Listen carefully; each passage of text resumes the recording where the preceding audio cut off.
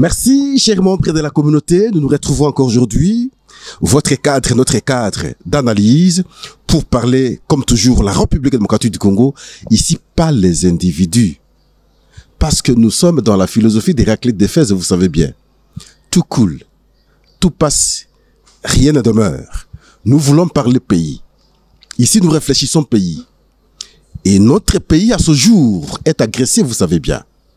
Ça nécessite la conjugaison des énergies pour obtenir la cohésion afin d'être fort. L'effort que fournit pratiquement chaque jour aujourd'hui le président de la République.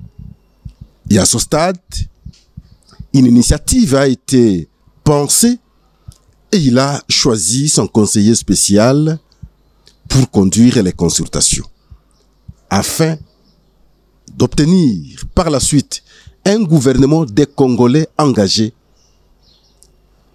à mettre un terme à cette humiliation nous imposée par le Rwanda. En tout cas, merci. Parlons pays. N'allez jamais ailleurs. C'est ici, d'abord.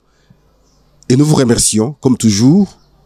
Nous avons reçu beaucoup d'appels, sincèrement, après l'émission d'hier. Les messages, nous avons lu pratiquement message par message. L'engagement est le même. En tout cas, les membres de Pro-Info sont des gens plus que déterminés pour la cause de leur pays. Pour ça, nous continuerons à vous encourager. Aujourd'hui, nous avons deux questions. La première, c'est en rapport avec les affrontements aujourd'hui. La réorganisation des FARDC, l'engagement des FARDC. Nous devons aussi en parler. Parce qu'à Walikale, jusqu'au moment où nous faisons l'information, on n'a pas une autre information contraire. Jusqu'au moment où nous tournons l'émission. On n'a pas une autre information contraire. L'information que nous avons jusqu'à la preuve contraire, parce que nous avons un de nos correspondants qui est là, est que depuis 22 heures, ils ont constaté le départ des éléments de M23 depuis 22 heures.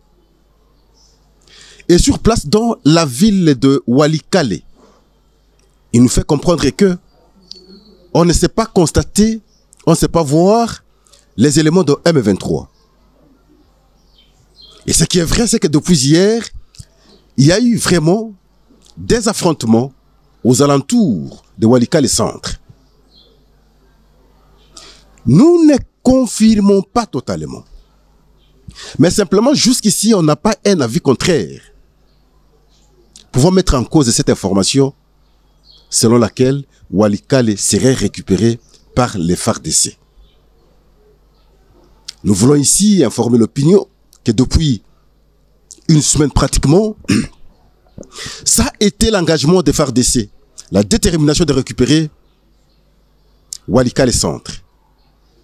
Si c'est fait, ne soyons pas étonnés, comprenant qu'il s'est agi d'un engagement de nos FARDC et de Wazalendo. On est trop humiliés. Trop humiliés. Je pense de mon point de vue que les gens ont pris conscience. Et cette question, nous allons l'aborder aujourd'hui. La deuxième question d'analyse, c'est en rapport avec l'arrivée du conseiller spécial du président américain Donald Trump. C'est lui le conseiller spécial sur les Grands Lacs. Il a été prévu qu'il arrive aujourd'hui à Kinshasa. Après Kinshasa, il ira à Kigali. Après Kigali, il sera en Ouganda et au Kenya. Hier, nous avons dit qu'il est important qu'on nous suive. Parce qu'il faut savoir bien échanger avec lui. Sur les 4 pays choisis, 3 font bloc contre la République démocratique du Congo. Il ne faudrait pas que la thèse de la RDC trouve l'antithèse au Rwanda, trouve l'antithèse en Ouganda, trouve l'antithèse au Kenya. Ce qui risquerait de pousser le conseiller spécial l'envoyé spécial alors du président américain, de croire que le fait que l'Ouganda et le Kenya disent le contraire de ce qu'a dit la RDC, donc c'est le Rwanda qui a raison. Attention, voilà pourquoi qu'ils comprennent que ces trois pays-là font bloc contre la République démocratique du Congo. Mais nous allons démontrer aussi l'autre possibilité à notre niveau, parce que les États-Unis ont des services de sécurité partout, sûrement qu'ils comprennent aussi la question, probablement que ce sera aussi une façon de transmettre le message. Nous allons analyser. Mais bien avant, comme toujours, nous avons quelques informations. La première, c'est, comme nous avons parlé au début, les consultations, initiative du président de la République à travers son conseiller spécial en matière de sécurité, le professeur Eberand. Moi, Pascal Ouondji, j'ai aimé hier, lorsque j'ai vu Moïse Monidela être reçu et échanger sur les modalités de la recherche de la cohésion nationale. Dans le cadre de son parti politique, je me suis dit, wow, mon Dieu, voilà les gens qui méritent appuyer Félix Antoine Tshisekedi. Pourquoi? C'est parmi les gens qui se sont battus, les gens qui agglutinaient Étienne Tshisekedi. C'est les Moïse et Monidela. Les engagés, c'est les Moïse et Monidela. Mais je ne pouvais pas comprendre que les gens comme les Moïse et Monidela ne sont pas aux côtés de Félix Tshisekedi d'aujourd'hui. Maintenant que le pays est attaqué, le pays est agressé, je pense de mon point de vue, ceux qui ont fait le combat à son temps, qui ont le souci même de protéger le pouvoir, attention, il faut savoir conserver le pouvoir. Des gens comme les Moïse méritent à ce stade de temps agglutiner Félix Antoine Tshisekedi. Il n'est pas le seul. Ils sont nombreux. Des gens pour qui nous sommes dit, mais pourquoi ils devraient être laissés de côté? On s'est interrogé autant de fois. Et nous avons dit que malheureusement aujourd'hui, le président est entouré par des gens qui ne sont là que pour chercher l'argent et qui n'ont pas compris l'objectif de la conservation du pouvoir normalement.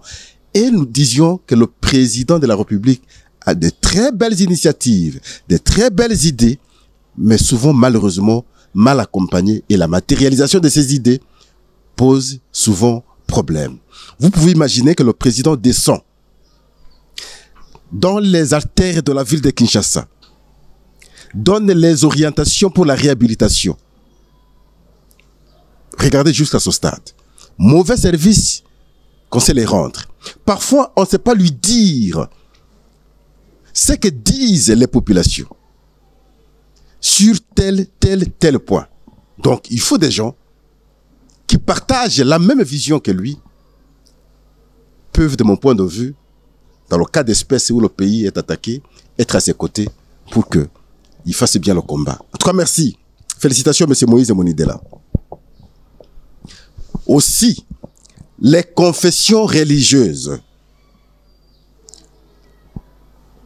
Je ne veux pas dire conduites par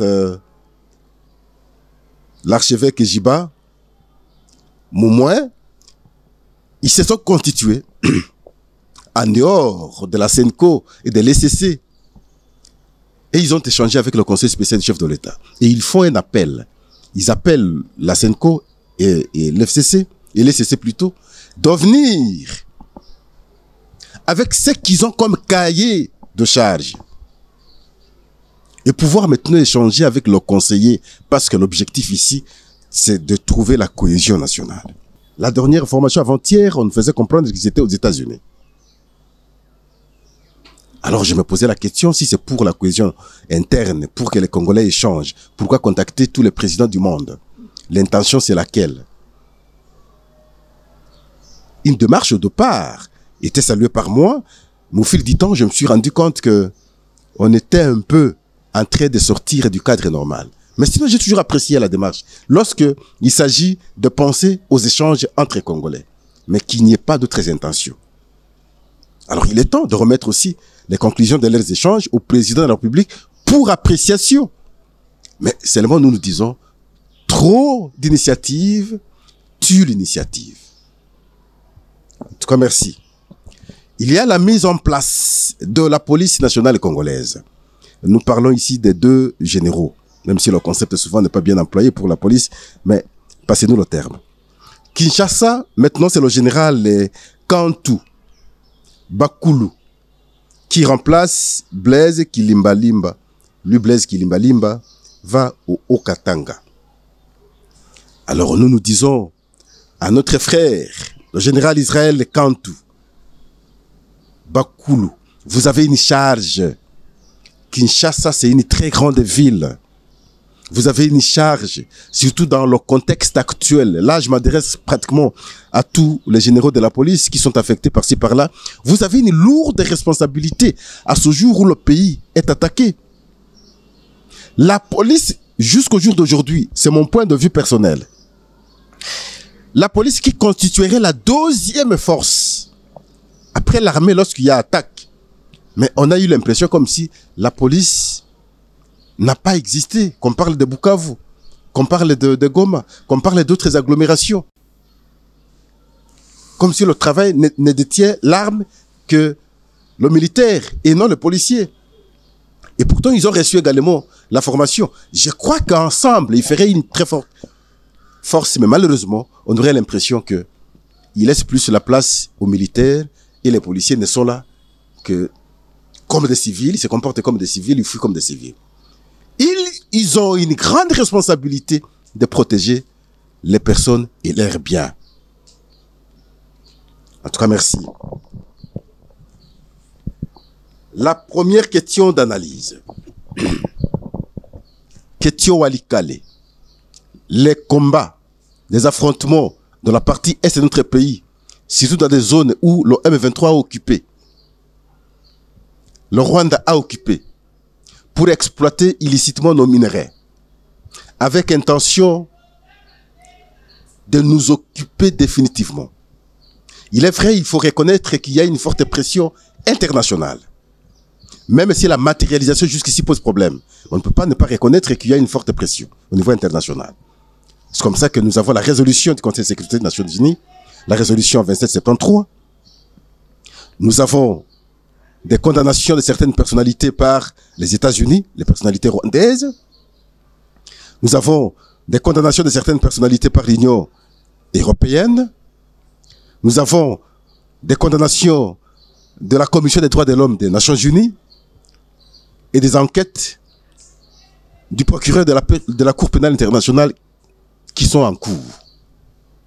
Tout ça fait pression pour que ceux qui ont occupé, qui occupent encore illégalement notre terre, notre pays, quittent nos terres. Et pourtant, dans toutes ces condamnations, dans tous les appels, on a demandé au Rwanda de retirer immédiatement ses militaires.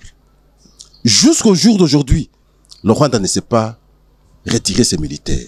Je pense ça justifie maintenant la détermination de nos militaires afin de faire appliquer ce qui a été décidé non seulement par l'ONU, non seulement par l'Union européenne, également par beaucoup d'autres citoyens consciencieux à travers le monde qui comprennent que à ce jour, on ne peut pas accepter que l'intégrité territoriale d'un pays soit violée par un autre pays, entre autres ici le Rwanda, sur la République démocratique du Congo. Il y a une certaine réorganisation de l'armée. Il y a une certaine prise de conscience de l'armée congolaise.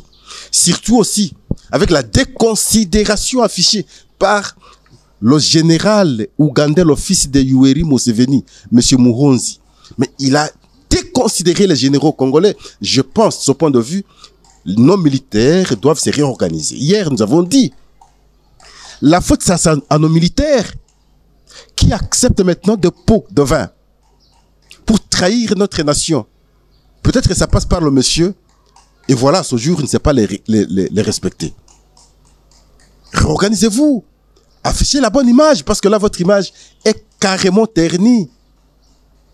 De notre point de vue, nous estimons que dans la prise de conscience, il y a une réorganisation aussi avec l'appui maintenant de l'État, dans le paiement des salaires des militaires, dans l'augmentation d'ailleurs de leur prime au front, il y a une forte possibilité qu'ils soient régaillardis pour cette fois-là déloger le M23. C'est ce qui fait que, comme nous vous avons dit, jusqu'au moment où nous étions en train de monter sur notre plateau, on n'a pas eu une information contraire à l'information que nous avons reçue bien avant, faisant état de la récupération de Walikale par nos FARDC. Parce que notre correspondant nous a fait comprendre que c'est depuis 22 heures de la nuit d'hier alors qu'ils ont constaté le mouvement de retrait de M23. Et le matin, ils ne savaient pas les voir dans les artères publiques. Où seraient-ils partis? Est-ce qu'ils ont fui? Est-ce qu'ils se sont retirés? Qu'est-ce qu'ils ont fait? Et voilà. Alors maintenant, il reste à savoir, est-ce que sur place dans la ville, on peut constater la présence des militaires congolais ici, les FARDC et les Wazalendo. Mais ça ne peut pas nous étonner parce que, avec le poids qui pèse à ce jour, c'est à nous de prendre conscience. Sur les épaules de M23, d'abord, il y a trop de sanctions que même les minéraux qu'ils exploitent illégalement, ils auront du mal maintenant à vendre pour avoir l'argent. C'est notre point de vue, même si ce n'est pas encore interdit. Deuxièmement, le renforcement visible par le Rwanda et par l'Ouganda, comme il le faisait au début et avant, ils ne seront pas le faire. Et ça peut prendre un peu de retard, ainsi de suite. Et ça peut produire en même temps des conséquences sur le terrain. 3. La prise en charge maintenant du personnel, non seulement civil, mais militaire également, de M23. Mais ce n'est pas facile parce que la grande partie qu'ils ont pris, il y a beaucoup d'enjeux, beaucoup de jeux, beaucoup de personnes en même temps. Comment les prendre en charge à partir du moment où vous n'avez pas de banque? Et c'est comme ça que vous avez vu, Corneille Nangaa s'est battu pour avoir une banque. Mais pour créer une banque, ce n'est pas une mince affaire, ça ne se fait pas comme ça du coup. Il y a des procédures et ces procédures sont compliquées. Et jusqu'à ce jour, ils n'ont pas cette banque. Ça peut être un objet également de frustration, non seulement d'un militaire, enfin, de leurs soldats, mais aussi de la population qu'ils gèrent. Et tout ça, ça peut peser sur le moral de leurs soldats pour qu'ils ne soient plus forts sur terrain. 4e raison, ils n'ont pas des aéroports. Nous vous avons parlé hier, l'aéroport de Goma, il y a un veto posé par Kinshasa à travers les autorités ou l'autorité civile de l'aviation, l'autorité de l'aviation civile. Pas question. Ça, c'est une question de la souveraineté d'un État. Nous ne pouvons pas céder à cela tant qu'on n'aura pas respecté la résolution 2773 telle que a bien voulu le Conseil de sécurité des Nations Unies. Ça veut dire voir le retrait des militaires rwandais de notre sol. Tant que cela n'est pas fait, on ne peut pas brader notre souveraineté par la réouverture de l'aéroport international de Goma. Tout ça pris ensemble, il y a une forte probabilité qu'il soit très faible aujourd'hui. À nos militaires de prendre, d'intégrer tout ça, de capitaliser tout ça, et maintenant de faire la guerre afin de récupérer les entités jusqu'ici occupées illégalement par nos envahisseurs. Là, c'est du côté Nord Kivu. N'oubliez pas que côté Sud Kivu, c'est là où, en tout cas, nos frères Wazalendo et nos militaires sont plus que déterminés. Ça ne peut pas nous surprendre si 1 ou 2 jours, on nous dit ils ont récupéré Bukavu. Il faut le dire. Et nous devons les encourager, nous devons les encourager. Duc in altum. Allez, allez, allez, allez avancer. Ne reculez pas. C'est notre pays. C'est maintenant ou jamais. Vous avez l'appui de tout un peuple. Vous avez la bénédiction de tout un peuple. Vous êtes dans la raison. Ce sont eux qui sont dans le tort. Et je ne vois pas comment quelqu'un qui a raison peut manquer des énergies capables à pouvoir défendre maintenant sa raison. En tout cas, merci. La 2e question, c'est le déplacement du conseiller du président américain Donald Trump dans les Grands Lacs. Nous vous avons annoncé qu'il pourra probablement être à Kinshasa les 3. Il va échanger avec les autorités de Kinshasa, les autorités congolaises. Après, il ira à Kigali. Après Kigali, il ira en Ouganda. Après l'Ouganda, il ira au Kenya. Nous vous avons dit, et nous avons suggéré que lors des échanges avec lui, il faudrait que nous soyons plus clairs, qu'ils comprennent que le choix qu'ils ont fait de ces 4 pays, 3 sont contre la République démocratique du Congo. Lesquels? Le Rwanda, l'Ouganda et le Kenya. Personne de ces 3 pays ne sait supporter la République démocratique du Congo. Il ne faudrait pas que, lorsqu'on échange avec lui, nous présentons notre thèse. Et lorsqu'il va au Rwanda, visiblement, le Rwanda va présenter l'antithèse sur notre thèse. Et quand il va en Ouganda, l'Ouganda va appuyer le Rwanda. Et le Kenya va appuyer également le Rwanda, que lui ne croit pas que le fait que 2 autres pays se sont ralliés aux idées du Rwanda, donc la République démocratique du Congo a tort. Non. Voilà pourquoi, dans les échanges, il faut lui faire comprendre que le choix de ces pays-là sont les pays qui se battent contre nous et qui soutiennent la cause rwandaise. Nous le disons toujours à travers ce plateau. Dans les organisations, dans les assises, nous devons savoir récuser William Ruto, le président kenyan. Lui n'est pas avec nous. Il ne défend que la cause de Paul Kagame. Nous avons présenté ces arguments la fois passée. Et nous devons savoir les matérialiser. Il est vrai que les États-Unis comprennent la situation. C'est pas pour rien qu'ils ont pris même des sanctions contre James Kabarebe. Et l'autre volet de l'analyse c'est qu'il y a une forte probabilité que le monsieur vienne avec un message. Peut-être qu'il comprend, de la même manière que nous expliquons maintenant, que c'est le Kenya et le Rwanda qui entêtent Paul Kagame. Il faudrait maintenant qu'ils aient un message des États-Unis sur ce que les États-Unis veulent dans le domaine économique, dans le domaine de la sécurité, dans le cadre de la région des Grands Lacs. Parce qu'il va échanger également avec des entreprises. Sûrement que la question de l'accord des minéraux stratégiques de la République démocratique du Congo pourrait être mise sur tapis dans le cadre des échanges.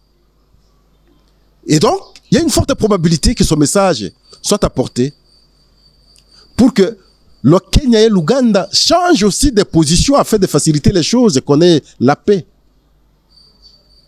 Parce que quand vous analysez bien la question, vous allez vous rendre compte que le processus de Nairobi est en blocage aujourd'hui. C'est parce que c'est le Kenya qui pilote jusqu'ici ce processus. Et l'Ouganda ne sait qu'appuyer le Kenya pour la cause du Rwanda. Tout ce qui semble aller au désavantage du Rwanda, ça ne passe pas chez William Ruto. Ça ne passe pas chez Museveni. Et voilà, ils font passer le temps pour que le Rwanda reste encore pendant longtemps sur le sol congolais. Et ils vont donner l'impression qu'ils sont en train de se battre pour organiser des assises afin de réfléchir sur comment trouver solution. Mais entre-temps, le Rwanda est sur le sol congolais. C'est le jeu qu'ils font. Malgré les appels de la résolution du Conseil de sécurité, la résolution que nous avons bien citée, 2773, qui a demandé, qui a demandé au Rwanda de retirer immédiatement ses militaires du sol congolais. Mais la chose qui n'est pas faite jusqu'ici, sûrement que le conseiller va constater pourquoi jusqu'ici la résolution du Conseil de sécurité en même temps n'est pas observée. Ça c'est défier même l'ONU. et donner un mauvais exemple pour d'autres pays à travers le monde. Nous avons analysé, mais nous ne savons pas quel genre de message il peut apporter, mais nous pensons seulement que les États-Unis sont suffisamment informés sur la question. Ils sont suffisamment éclairés sur la question. Ça peut probablement être une formalité d'échange avec toutes ces personnalités, mais il est toujours prudent et bon et intelligent. De notre part, à travers cette émission, nous voulons que le président de la République nous suive. À l'occasion des échanges, insister du fait qu'ils comprennent que ce sont des pays qui sont contre la République démocratique du Congo, des pays qui défendent la cause du Rwanda. Et lorsqu'il aura déjà l'information et qu'il est avec eux, il peut bien les comprendre et les contourner dans les points de vue ou les positions qu'il peut prendre en face d'eux. En tout cas, merci. Aujourd'hui, nous, on s'arrête ici, tout en vous demandant, comme nous le faisons pratiquement chaque jour, n'allez jamais ailleurs. Notre cap, vous savez bien, nous voulons atteindre au moins 100 cas, afin que nous soyons encore plus nombreux. Faisons-nous tous cet exercice. Multiplions-nous. Vous prenez l'émission, vous envoyez le lien, dites à l'autre. C'est ici que nous réfléchissons, nation. Ici, on ne danse pas. Danser, ce n'est pas mauvais aussi. Mais nous ne sommes pas dans les élémentaires ici. Nous ne sommes pas dans les superfétatoires. Nous ne sommes pas dans les prosaïques. Nous ne sommes pas dans les terre à terre. Nous parlons pays. Ce n'est pas problème de Pascal. Du début jusqu'à la fin. Difficile de comprendre que je parle de moi-même. Non, on ne parle pas des individus. Tout coule. Tout passe. Rien ne demeure. Héraclite d'Éphèse. Merci. Au revoir.